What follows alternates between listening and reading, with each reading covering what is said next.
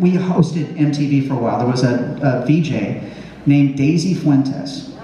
Now, Daisy decided to take a vacation, and this is right before our first album was released. The first thing we ever released commercially was actually not under our name. Our record company guy, that same guy, would not allow a Nelson song to go out before the song came out. So we released a song on a movie soundtrack. It was just this low-budget thing that everybody thought was a joke, especially if you read the script, and then we went to the screener, and it was a movie called Bill and Ted's Excellent Adventure. So we put a song on that called Two Heads Are Better Than One under the name of Power Tool. It was Gunnar and myself and Dweezil Zappa, Frank Zappa's kid. And it was just a fluke. We were over at our song mentor John Boylan's house. He had a little 8-track recorder.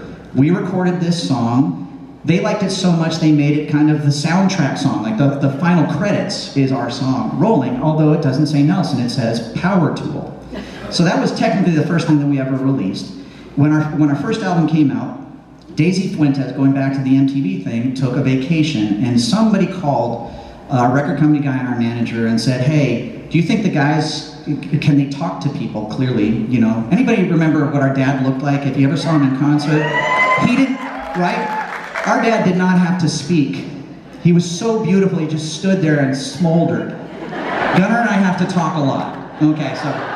And it worked out for us because we got this call to fill in for Daisy Fuentes on a show called Dial MTV. It was a top 10 countdown show, and they did it every day.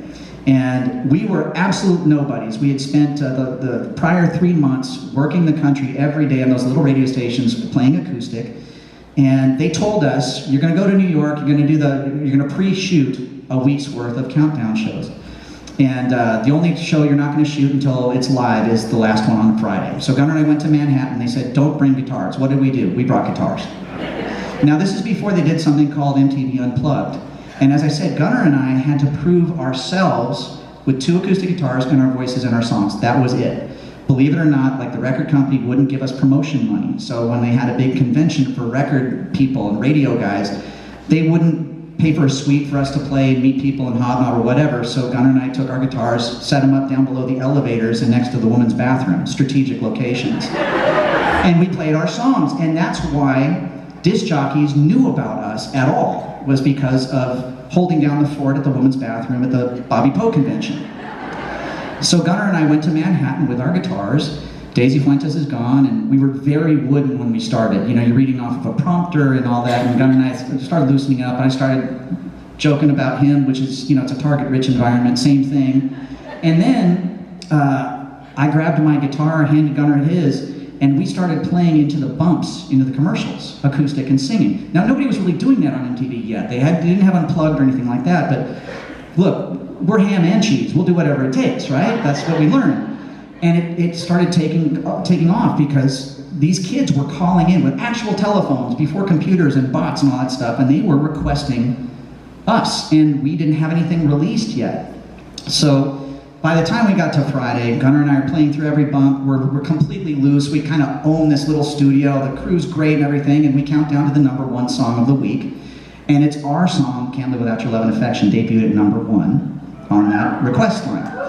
That was pretty cool. That was almost as cool as that thing about you do, or that thing you do a moment when we heard our song for the first time. Oh yeah, when they hear it on the radio for the very first time, I'm telling you, I don't care who you are and how many millions of records you sold, you still get really excited when you hear your song on the speakers in the car. It's pretty awesome.